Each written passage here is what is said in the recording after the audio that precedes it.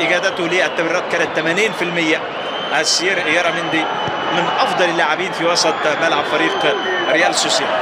هجمة قد تكون هي الأخيرة في هذه المباراة، وتدخل يأتي من جانب اللاعب أدرلان سانتوس، لكن الكرة عادت بجديد إلى ريال سوسيداد وانطلاقة ويرى السبل واللمسة وفرصة لبروما. بروما جول.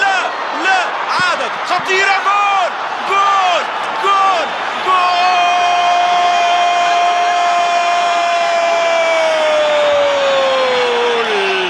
الهدف القاتل يأتي الآن في اللحظات الأخيرة من عمر الدقيقة الرابعة، الدقيقة الأخيرة في زمن الوقت المحتسب بدل من ضائع، وفريق ريال سوسيداد يسجل هدف قاتل الآن عن طريق اللاعب ميكيل اويرارزابال، يسجل سادس أهدافه في الليجا.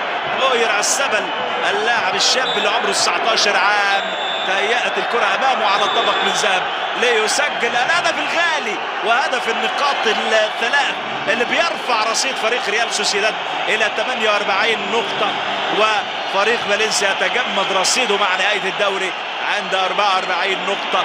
مباراة تنتهي في الرمق الأخير بقذيفة من داخل منطقة الست ياردات، يسجل اويرارزابال هدف قاتل لتنتهي معه المباراة وتنتهي معاناة هذا الرجل يوسيبيو ساكريستان، يحقق الانتصار ال11 له في الدوري في مباراته رقم 27.